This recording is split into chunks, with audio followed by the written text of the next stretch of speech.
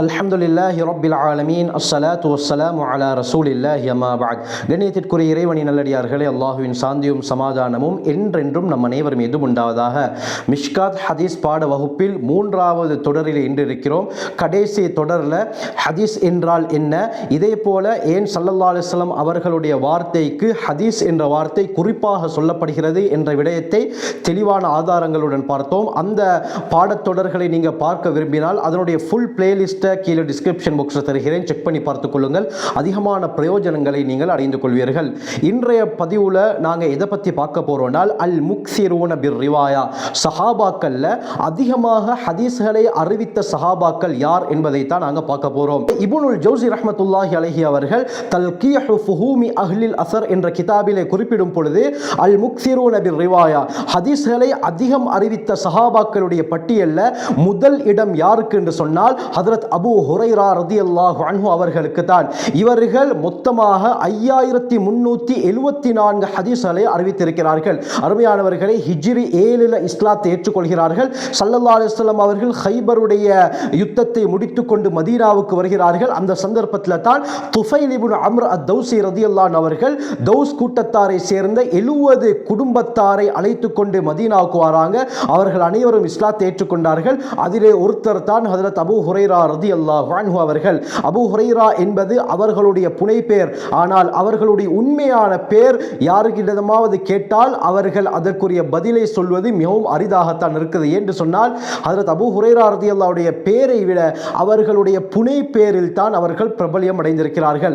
Abu Hurairah ரலியல்லாஹு அன்ஹு அவர்களுடைய உண்மையான பெயருடைய விடயத்தில் ஹாஃபில் இப்னு ஹஜர் அஸ்கலானி ரஹ்மத்துல்லாஹி அலைஹி புகாரியுடைய விரிவுரை ஃபத்ஹுல் பாரியில் 40 கருத்துக்களை கொண்டு வருகிறார்கள். அதிலே பிரபல்யமான 2 கருத்துக்கள் இருக்கின்றன. அதிலே ஒன்று அப்துல் ரஹ்மான் இப்னு சஹர், இரண்டாவது அப்துல்லா பின் சஹர். இதுதான் ஹஜ்ரத் அபூ ஹுரைரா ரலியல்லாஹு அன்ஹு அவர்களுடைய உண்மையான பெயர். அப்துல்லா பின் சஹர் என்பதை விட அதிகமானவர்கள் இவர்களுடைய பெயர் அப்துல் ரஹ்மான் இப்னு சஹர் என்பதாக கூறுகிறார்கள். இந்த அபூ ஹுரைரா ரலியல்லாஹு அன்ஹு அவர்கள் ஸல்லல்லாஹு அலைஹி வஸல்லம் அவர்களுடன் இருந்தது வெறுமனவே 4 வருடங்கள். அஸ்ஹாபு சுஃபா என்று சொல்லப்படக்கூடிய திண்ணை தோழர்களில் ஒருவராக இவர்கள் இருந்தார்கள். இவர்களுக்கு எந்த ஒரு தொழிலும் இருக்காது. இவர்கள் மஸ்ஜிதுக்குள்ளால் இருப்பார்கள். எந்த சந்தர்ப்பத்திலும் நபி அவர்களுடைய மஜ்லிஸ்ல சபையில் இருந்து கொண்டிருப்பார்கள். நபி அவர்களுடைய குடும்பத்தாருக்கு தேவையான பணிவிடைகள், காட்டுக்கு போய் விறகுகளை கொண்டு வருவது, இப்படியாப்பட்ட ஹிதுமத்துகளை இவர்கள் செய்து கொண்டிருப்பார்கள். இன்று கூட மஸ்ஜிது நபவிக்கு சென்றால் அந்த திண்ணை தோழர்கள் அமர்ந்திருந்த அந்த மேடையை எம்மால் காண முடியும். ஏனைய சஹாபாக்கள் 10-15 வருடம் இஸ்லாத்தை ஏற்றிருந்தாலும் அவர்கள் ஹதீஸ்களை அறிவித்த அளவை விட அபூ ஹுரைரா ரலியல்லாஹு அன்ஹு அவர்கள் அதிகமாக அறிவித்திருக்கிறார்கள். ஆனால் நபி அவர்களுடன் இருந்தது வெறுமனவே 4 வருடங்கள் தான். ஹிஜ்ரி 7 இஸ்லாத்தை ஏற்றுக்கொள்கிறார்கள். ஹிஜ்ரி 11 ஸல்லல்லாஹு அலைஹி வஸல்லம் அவர்களுடைய வஃபாத் ஏற்படுகிறது. இவர்கள் முழுமையாக 4 வருடம் கூட நபி அவர்களுடன் இருந்தது கிடையாது. ஆனால் ஷேகுல் முஹத்திஸீன், முஹத்திஸூன்களுடைய தலைவர் என்ற சிறப்பு பேர் இவர்களுக்கு தான் சொல்லப்படுகிறது. இவர்கள் 5374 ஹதீஸ்களை அறிவித்திருக்கிறார்கள். இந்த 5374 ஹதீஸ்களையும் அல்லாமா பக்கீ இப்னு மக்லத் ரஹ்மத்துல்லாஹி அலைஹி தங்களுடைய முஸ்னதிலே தொடர்ந்து கொண்டு வருகிறார்கள். இமாம் பக்கீ இப்னு மக்லத் மிக முக்கியமான ஒரு ஹதீஸ் கலை வல்லுனர். இவர்கள் ஸ்பெயினை சேர்ந்தவர்கள், உந்துலுஸை சேர்ந்தவர்கள். அங்கிருந்து அஹ்மத் இப்னு ஹம்பல் ரஹ்மத்துல்லாஹி அலைஹி அவர்களை சந்திப்பதற்காக அவர்கள் ஈராக்குடைய பக்தாதில் இருக்கிறார்கள். ஸ்பெயினில் இருந்து நடந்து அஹ்மத் இப்னு ஹம்பல் ரஹ்மத்துல்லாஹி அலைஹி அவர்களை சந்திப்பதற்காக வந்த மாமேதையை தான் பக்கீ இப்னு மக்லத். இவர்களுடைய வரலாறு ஆச்சரியமான வரலாறு. இவர்களுடைய விடயத்தை அல்லாமா ஸஹபி சியரு அலாமின் நுபலா என்ற கிதாபிலும் தெளிவாக குறிப்பிட்டிருக்கிறார்கள். அந்த பிரயாணத்திலே அவர்கள் எப்படியாப்பட்ட தியாகத்தை எல்லாம் அடைந்து பக்தாதுக்கு வந்து சேர்ந்தார்கள் என்ற விடயத்தை தெளிவாக குறிப்பிட்டிருக்கிறார்கள். இதே போல அப்துல் ஃபத்தாஹ் அபு குஸ்ஸா ரஹ்மத்துல்லாஹி அலைஹி அவர்கள் ஸஃப்ஹாத்தும் மின் ஸப்ரில் உலமா என்ற கிதாபிலும் இவர்களுடைய சம்பவத்தை தெளிவாக கொண்டு வருகிறார்கள். இந்த பக்கீ இப்னு மக்லத் ரஹ்மத்துல்லாஹி அலைஹி அவர்களுடைய முஸ்னதில் ஹஜ்ரத் அபூ ஹுரைரா ரலியல்லாஹு அன்ஹு அவர்கள் அறிவித்த 5374 ஹதீஸ்களும் சொல்லப்பட்டிருக்கின்றன. புகாரியுடைய ஆரம்பத்திலேயே ரிவாயத் வருகிறது. ஹஜ்ரத் அபூ ஹுரைரா ரலியல்லாஹு அன்ஹு அறிவிக்கிறாங்க, ஹஃபில்து விஆஐனி மின் ரசூலில்லாஹி ஸல்லல்லாஹு அலைஹி வஸல்லம், ஹஜ்ரத் ஸல்லல்லாஹு அலைஹி வஸல்லம் அவர்களிடத்திலிருந்து 2 பொட்டலங்கள் அளவுக்கு நான் ஹதீஸ்களை கிரகித்து வைத்திருக்கிறேன். அதாவது நான் பாடமிட்டு அப்படியே பதிய வைத்திருக்கிறேன். அதிலே ஒரே ஒரு பொட்டலத்தை மட்டும் தான் நான் அவிழ்த்து விட்டிருக்கிறேன்.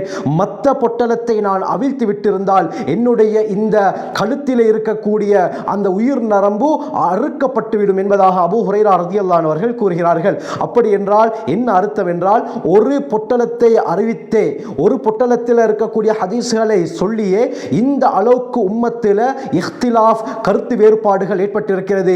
இதே மற்ற பொட்டலத்தில் இருக்கக்கூடிய ஹதீஸ்களை நான் சொல்லியிருந்தால் இன்று மக்கள் தங்களுக்குள்ளாலே மிகப்பெரிய சண்டை சச்சரவிலே ஈடுபட்டு உயிர்களை மாய்த்து கொண்டிருப்பார்கள் என்பதைத்தான் இந்த ஹதீஸின் மூலமாக அபூ ஹுரைரா ரலியல்லாஹு அன்ஹு அவர்கள் தெளிவாக குறிப்பிட்டிருக்கிறார்கள். இன்று எத்தனை இஹ்திலாஃபாத்துகள் ஒரு ஹதீஸின் மூலமாக ஏற்பட்டிருக்கிறது. ஹதீஸ்களை வேறு வேறு விதமாக விளங்கியதின் காரணமாக பெரும் பிரச்சனை இன்று சமுதாயத்துக்கு மத்தியில் ஏற்பட்டிருக்கிறது. இந்த நலனை கருதி, வஹ்தத்துல் உம்மா, சமூக ஒற்றுமையை கருதித்தான் ஹஜ்ரத் அபூ ஹுரைரா ரலியல்லாஹு அன்ஹு அவர்கள் ஒரு பை நிரம்பி இருக்கக்கூடிய ஹதீஸ்களை கூறினார்கள், மற்றதை சொல்லாமல் அப்படியே மறைத்து வைத்து விட்டார்கள். ஹைர், இந்த தொடரில் இரண்டாவது இடம் யாருக்கு என்று சொன்னால் ஹஜ்ரத் அப்துல்லா பின் உமர் ரலியல்லாஹு அன்ஹு அவர்களுக்கு. இவர்கள் 2630 ஹதீஸ்களை அறிவித்திருக்கிறார்கள். ஹஜ்ரத் ஸல்லல்லாஹு அலைஹி வஸல்லம் அவர்களுடைய காலத்திலே இருந்த சாஹிபுல் வரா, பேணுதலுடைய மனிதர் என்ற பேர் இவர்களுக்கு தான் சொல்லப்பட்டது. அந்த அளவுக்கு பேணுதலான ஒரு சஹாபி. இவர்கள் 2630 ஹதீஸ்களை அறிவித்திருக்கிறார்கள்.